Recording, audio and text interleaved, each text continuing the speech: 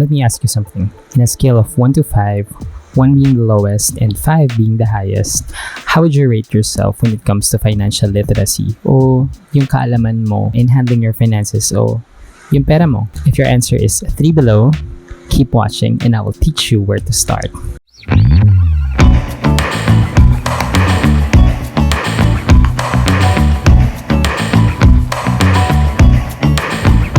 Hi friends! Welcome back to the channel. And if bago ka dito, my name is Rob and marami akong pera. They ask you how you are, you just have My name is Rob and I'm committing myself to publicly sharing my journey in personal development and personal finance with passion and grit. Napakahaba, nakakalimutan ko. I need to revise. Sorry. Just a disclaimer, I'm not a financial advisor or an expert on this. All of the things that I will share with you friends are coming from my experiences and my knowledge over the years. So please do your research first and do a self-check if fit ba sa inyo yung mga sinasabi ko or kind of in a different direction. At the end of the day, my goal here is to help young Filipino adults like me handle their finances as early as possible so that maiwasan natin yung financial disaster as we grow old. So, let's jump right in. Have you ever heard about the 20-30-50 rule?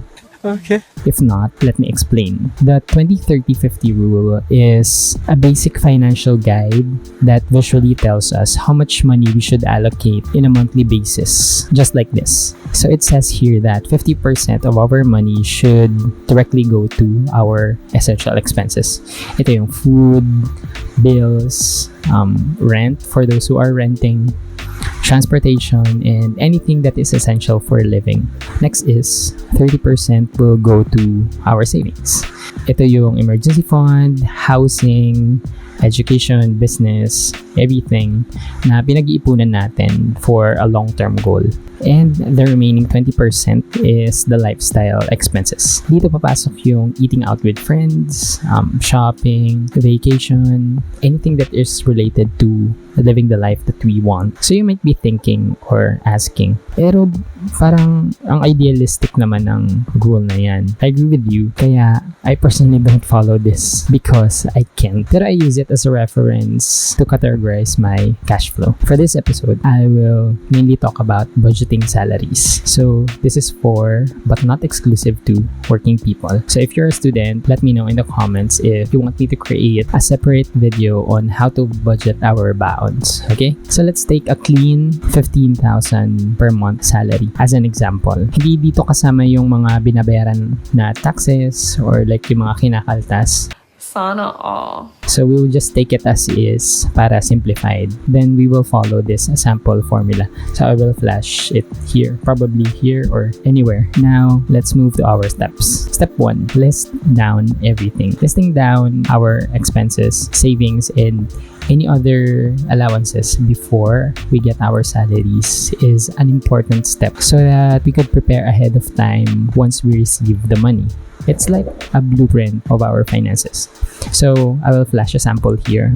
Halimbawa, once per month lang tayo sumasahod. Let's say, every 30th of the month. So, anytime before that, maybe we could get a pen and paper, sit down for a few minutes or hours to reflect on our finances. Let's divide it into 3. Lagay mo dyan sa taas, savings, expenses, tapos lifestyle, and start listing down. Remember, the 20-30-50 rule is just a guide. If hindi man natin masunod yung rule na yun, it's okay.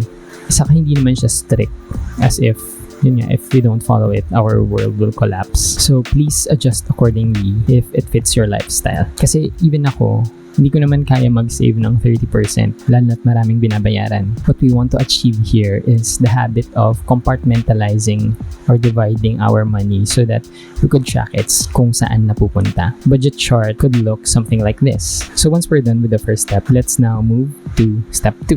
Eliminate. Once you get the bigger picture kung saan napupunta yung pera mo, you can then eliminate the unnecessary things that adds to your expenses. Remember, hindi ka pa mayaman to splurge your money everywhere. A couple of steps if you want to achieve and master your financial management is number 1, discipline, and number 2, sacrifice. 2 very difficult steps, but it will have a huge impact on the way we live once we get the hang of it. Let me show you an example ng elimination. So for instance, single ako, They ask you how you are. means wala akong sariling pamilya. I can take out the educations sa savings. If I don't plan naman to start a business anytime soon, I can take it out rin. Sa essentials naman, same lang. It depends on the current situation kung ano yung mga expenses natin. Maybe wala naman tayong binabayaran na rent or transportation, ganon. So we can take those out or we can add more to the list depending on our situation. Lastly, for lifestyle, kung wala naman kayong plan or budget for vacation, you can take it out of the list. Tapos,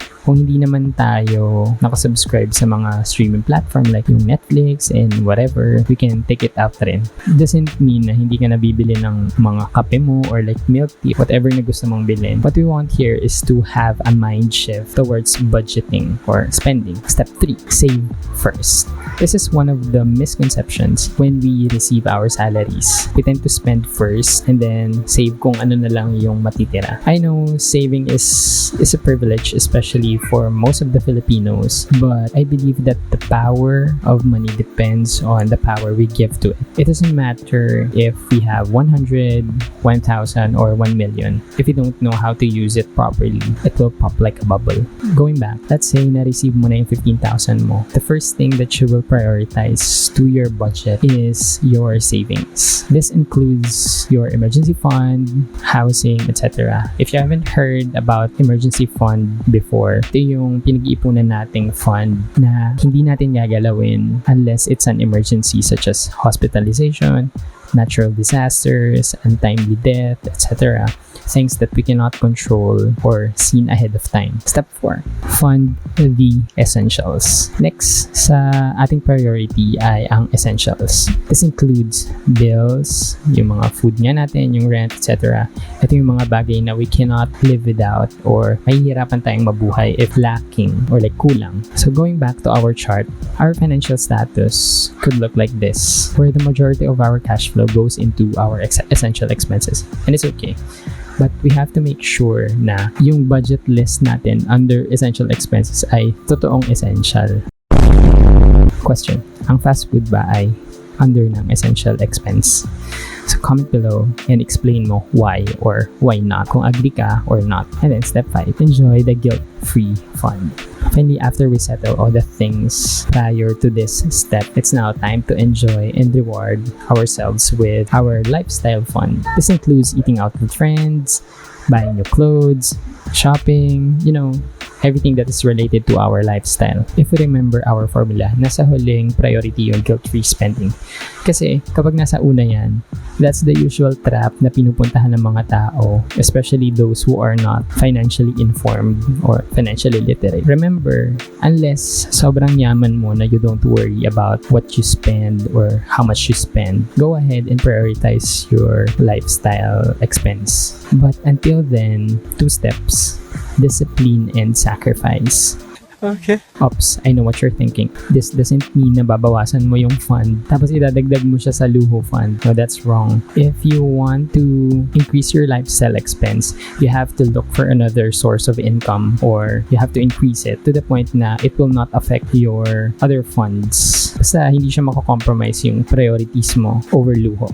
Nice. There are so many things na hindi pa tackle dito sa episode na to, but I hope na may napulot kayong one thing or two towards understanding budgeting in general. Let me know in the comments if you want me to create an in-depth version of budgeting or baka naman meron kayong tips na hindi ko nabanggit na you want to share. So let's discuss so that we can learn from each other and help more young Filipinos manage their finances. See you on the next episode.